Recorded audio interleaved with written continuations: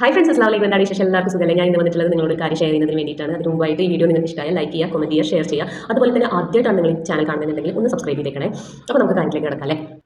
Arab നാടുകളിൽ ഞാൻ കണ്ടിട്ടുള്ള ഏറ്റവും നല്ലൊരു കൾച്ചറാണ് ആഫ്റ്റർ മാരേജ് ഭാര്യയും ഭർത്താവും മാറി താമസിക്കുന്നു എന്നുള്ളത്. അത് വളരെ നല്ലൊരു സംഭവമായിട്ട് എനിക്ക് തോന്നിയിട്ടുണ്ട്. കാരണം രണ്ട് സാഹചര്യങ്ങളിൽ നിന്ന് വന്ന രണ്ട് വ്യത്യസ്ത സ്വഭാവങ്ങളുള്ള രണ്ട് വ്യക്തികൾ തമ്മിൽ വിവാഹം കഴിക്കുമ്പോൾ അവർക്ക് പല അങ്കലാപ്പ്, പേടി, ടെൻഷന് ഒക്കെ ഉണ്ടാവും. മാത്രമല്ല അവരുടെ ഒരു റൊമാൻറ്റിക് ടൈമാണത്. അപ്പോൾ അവരുടെ ആ ഒരു റൊമാൻസ് പ്രകടിപ്പിക്കാൻ അവർക്ക് അതിനുള്ളൊരു സാഹചര്യം അവർക്ക് ഒറ്റയ്ക്കാവുമ്പോൾ കിട്ടും. അതേസമയം കൂട്ടുകുടുംബത്തിലാണെങ്കിൽ അല്ലെങ്കിൽ എല്ലാവരും കൂടി ഉള്ള ഒരു വീടാണെങ്കിൽ അവർ ഉദ്ദേശിക്കുന്ന പോലെ അവർക്ക് അവരുടെ ഇഷ്ടങ്ങളും തുറന്നു പറയാനോ അല്ലെങ്കിൽ ഇഷ്ടങ്ങൾ കാണിക്കാനോ എന്നുള്ള സാഹചര്യം കിട്ടണമെന്നില്ല.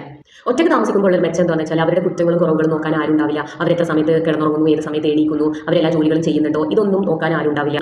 അമ്മ അങ്ങനെ പറഞ്ഞു, അച്ഛൻ ഇങ്ങനെ ചെയ്തു, പെങ്ങൾ അങ്ങനെ ചെയ്തു, ഇങ്ങനെയൊന്നും പറയാൻ ആരും ഉണ്ടാവില്ല.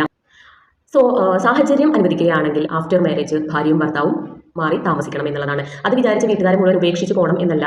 നല്ലൊരു ബന്ധം, നല്ലൊരു റിലേഷൻ മുന്നോട്ട് പോകണമെന്നുണ്ടെങ്കിൽ അതിനുള്ള സാഹചര്യം കൂടി നമ്മളെ അനുവദിക്കണം. ചെറിയ ചെറിയ ഇഷ്യൂസ് ഉണ്ടാകുമ്പോൾ ഫാമിലി പ്രോബ്ലംസ് സ്റ്റാർട്ട് ചെയ്യും. ചില വിവാഹ ബന്ധങ്ങൾ ഡിവോഴ്സിലേക്ക് വരെ എത്താം. അതേസമയം അവർ മാറി താമസിച്ച് അവർ ഒറ്റയ്ക്ക് താമസിക്കുമ്പോൾ അവർക്ക് അവരുടെ ഇഷ്ടങ്ങൾ തുറന്ന് പറയാൻ, അവരുടെ ശീലങ്ങൾ മനസ്സിലാക്കാനും ഇതിനൊക്കെ പറ്റും.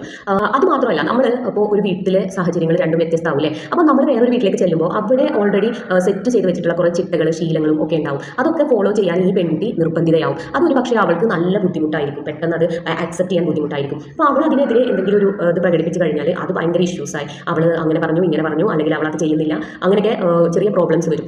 ഇവർ മാത്രമായിട്ട് താമസിക്കുമ്പോൾ അവൾക്കത് തുറന്ന് പറയാൻ പറ്റും. എൻ്റെ വീട്ടിൽ ഞാൻ ഇങ്ങനെ ശീലിച്ചിട്ടുള്ളത്, അപ്പോൾ അവൻ പറഞ്ഞു എൻ്റെ വീട്ടിൽ ഞാൻ ഇങ്ങനെ ശീലിച്ചിട്ടുള്ളത്. അപ്പോൾ അവർക്ക് അത് പരസ്പരം പറഞ്ഞ് കോംപ്രമൈസ് ചെയ്ത് അവരുടേതായിട്ടുള്ള ഒരു ശൈലിയിൽ മുന്നോട്ട് പോകാൻ വേണ്ടിയിട്ട് പറ്റും. ഇപ്പോഴത്തെ കാലത്ത് പ്രത്യേകിച്ച് പെൺകുട്ടികൾക്ക് പണ്ടുള്ള പോലെ നല്ല അഡ്ജസ്റ്റ് ചെയ്യാനൊക്കെ നല്ല ബുദ്ധിമുട്ടാണ്. അവർ അവരുടെ കാര്യങ്ങൾ തുറന്ന് പറയുകയും ചെയ്യും. നമ്മുടെ മക്കൾ സന്തോഷത്തോടു കൂടി ഇരിക്കണം എന്നല്ലേ നമ്മൾ ഓരോരുത്തരും വിചാരിക്കുന്നത്. സോ അതിനുള്ള സാഹചര്യം കൂടി അവർക്ക് ഒരുക്കി കൊടുക്കുക. മക്കൾ സന്തോഷത്തോടെ, സമാധാനത്തോടു കൂടി, അവരുടെ ഇഷ്ടത്തോടു കൂടി അവർ ജീവിക്കട്ടെ. അത് കാണുമ്പോഴാണല്ലോ നമുക്കും സന്തോഷം തോന്നുന്നത്. ഇപ്പോൾ കല്യാണം കഴിഞ്ഞ് കഴിഞ്ഞാൽ ഭർത്താവിന് വിദേശത്താണ് ജോലി ചെയ്യുന്നുണ്ടെങ്കിൽ ആ പെൺകുട്ടിയെ വിദേശത്തേക്ക് കൊണ്ടുപോകും. അപ്പോൾ അവിടെ അവർ മാത്രമാണ് താമസിക്കുന്നത് അല്ലേ. അതുപോലെ തന്നെ നമ്മുടെ നാട്ടിലും ഒരു സെറ്റപ്പ് ഉണ്ടാക്കിയാൽ മതി. നാട്ടിൽ വർക്ക് ചെയ്യുന്ന ഒരു പയ്യനാണ് എന്നുണ്ടെങ്കിൽ ഒരു വീടെടുത്ത് അവർ കല്യാണശേഷം ആ വീട്ടിൽ അവർ ഒറ്റയ്ക്ക് താമസിക്കുക. അവർക്ക് ഉത്തരവാദിത്തം വരാനും അവർക്ക് അവരുടേതായിട്ടുള്ള കാര്യങ്ങൾ പ്ലാൻ ചെയ്യാനും അതൊക്കെ നന്നായിട്ട് ഹെൽപ്പ് ചെയ്യും. നേരത്തെ ഞാൻ പറഞ്ഞു, അത് വിചാരിച്ച് പാരൻസിനെ പറ്റി ഒഴിവാക്കണം എന്നല്ല പറയുന്നത്. പാരൻസിന് ഇടയ്ക്കിടയ്ക്ക് വരാം, അവരുടെ കൂടെ നിൽക്കാം. അതുപോലെ തന്നെ അവർക്കും ഇടയ്ക്ക് അവിടേക്ക് പോയിട്ട് നിൽക്കാനും ഇതിനൊക്കെ പറ്റും. അപ്പോൾ നമ്മൾ മക്കളുടെ സന്തോഷം എന്താണോ അതിന് കൂടി കുറച്ച് മുൻതൂക്കം കൊടുത്തുകൊണ്ട് അവരുടെ ഇഷ്ടങ്ങൾക്ക് കൂടി പ്രാധാന്യം കൊടുത്തുകൊണ്ട് അവരുടെ സന്തോഷപൂർണ്ണമായിട്ടുള്ള ഒരു ലൈഫ് കണ്ട് നമുക്കും സന്തോഷിക്കാൻ വേണ്ടിയിട്ട് പറ്റും. അപ്പോൾ ഞാൻ ഒന്നുകൂടി പറയുകയാണ്, സാഹചര്യം അനുവദിക്കുന്നുണ്ടെങ്കിൽ ആഫ്റ്റർ മാരേജ് ഭാര്യയും ഭർത്താവും മാത്രമായിട്ട് ഒരു വീട്ടിൽ താമസിക്കുന്നതാണ് നല്ലൊരു ഫാമിലി ലൈഫ് മുന്നോട്ട് കൊണ്ടുപോകാൻ വളരെ ഹെൽപ്പ് ചെയ്യുന്ന ഒരു സംഭവം.